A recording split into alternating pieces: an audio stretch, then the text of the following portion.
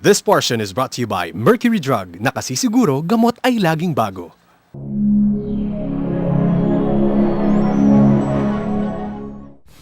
Today on Generation RX Plus. Anterior Cruciate Ligament or ACL. What does it mean and what would be the effect if something happened to it? Find out in our Ask the Experts. Get ready to take a leap of blind faith and let these guys have their hands do the talking. Get to know this one-of-a-kind massage parlor, Vibes Incorporated.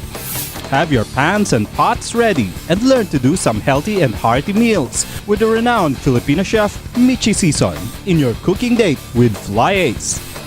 All these and more on Generation RX Plus. Tear of the anterior cruciate ligament. It is actually the most common form of injury in the field of sports. Now, what is this injury? How does it occur?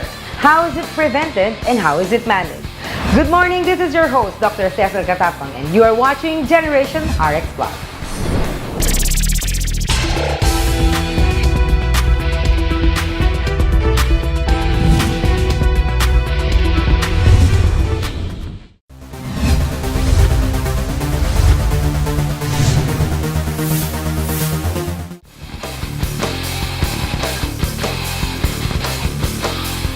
Okay, anterior cruciate ligament or ACL, this is a very important ligament na nasa loob ng tuhod.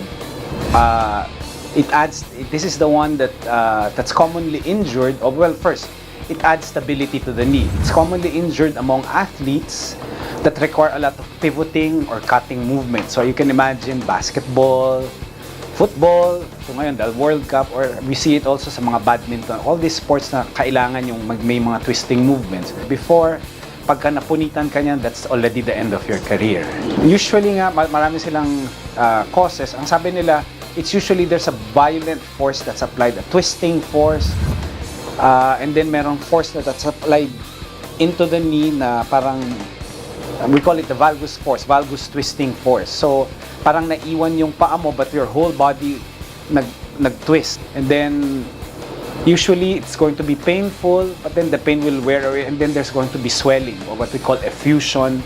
Parang nagkaroon ng tubig, fluid sa loob ng tuhod, but it's not necessarily immediate. Usually, mapapansin ng mga athletes, nakauwi pa sila sa bahay nila, and then towards, kunyari, nangyari accident at the mornings, either in the afternoon or the gabi, that's when the swelling will be really marked.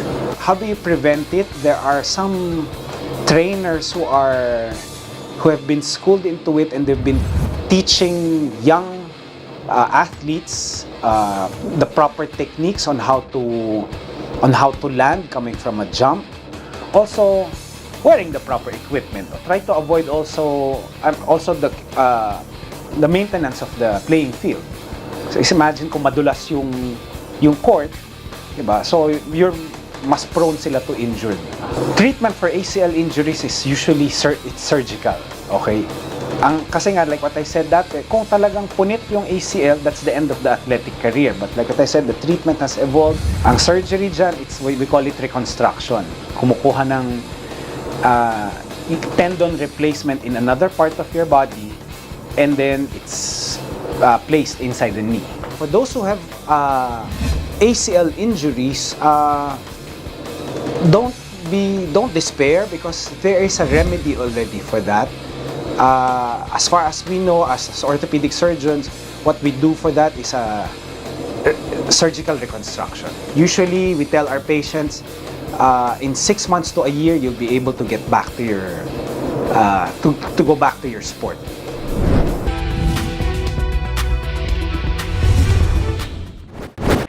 So don't forget, folks, ACL is the name of the ligament, and tear of the ACL is the name of the injury. I would like to thank Methocyanine IV Collagen for my beauty care, Evening Primrose Oil with Fish Oil, my midlife partner, Malunggay Life Oil for giving me the pure power of Mother Nature, and Personal Collection Cosmetics by Tupperware brand. We here at Generation RX remind you to live well so you can play well.